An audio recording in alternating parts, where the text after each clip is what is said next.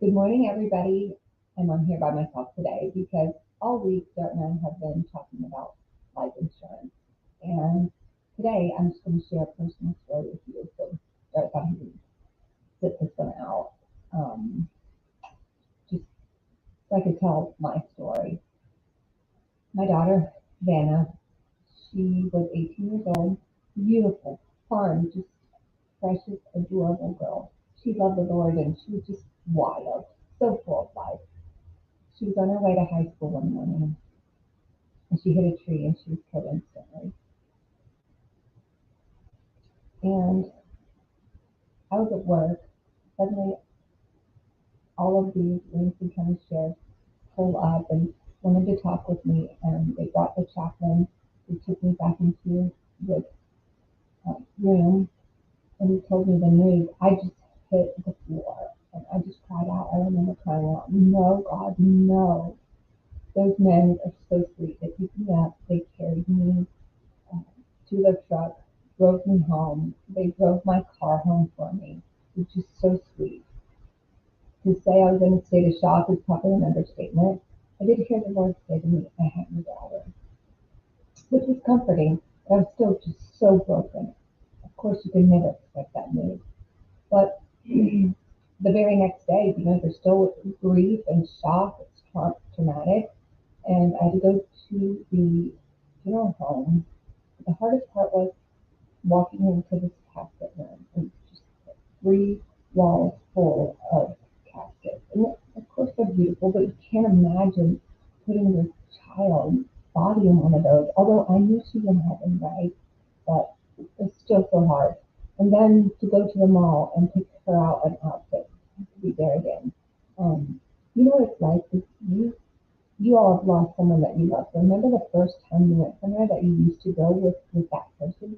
It's always the hardest. And so here I am, the very next day, having to go to the mall and pick out clothes for her. That's not hard. The other hard thing was gathering up her makeup. She loved makeup. She's beautiful. She loved putting on makeup. And so just picking out her makeup for her, she looked at me and go put that on her one last time. It was also hard. But how am I relating to this? Is there still is a cost, right? There's a cost for the funeral expenses and the plot. And so bringing that up and tying it into talking about life insurance, I think sometimes it just sounds freaky to say, "Oh, I want to get life insurance on my child because I expect them to pass away." No, you don't expect your child to pass away. That is, I would not want to wish that on anyone. It's so out of the natural order of things. But all of us will pass away, right, at some point. So I just feel like if you're getting life insurance on your child, it's not because you're thinking they're going to pass away. What you're doing is you're planning for them, maybe so that they could save money in there, like cash value in there, and go to college or buy their first car or put a down payment on their home, or they could just keep funding that policy, and then once you could continue to fund it for them, but once they are having gainful employment themselves, they could continue to fund that, and that would be a great supplemental retirement income for them.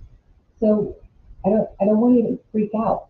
I feel like my story is real because none of us ever know when our last day on earth is going to be, right? And so I just want to say to you that my job is to offer you life insurance. But I'm asking you, please don't make it my job to tell your family that you don't have any life insurance.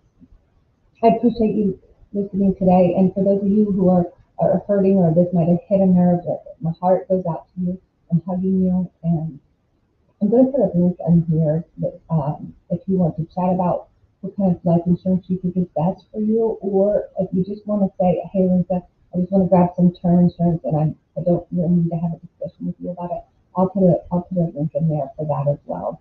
But blessings. We'll talk to you soon.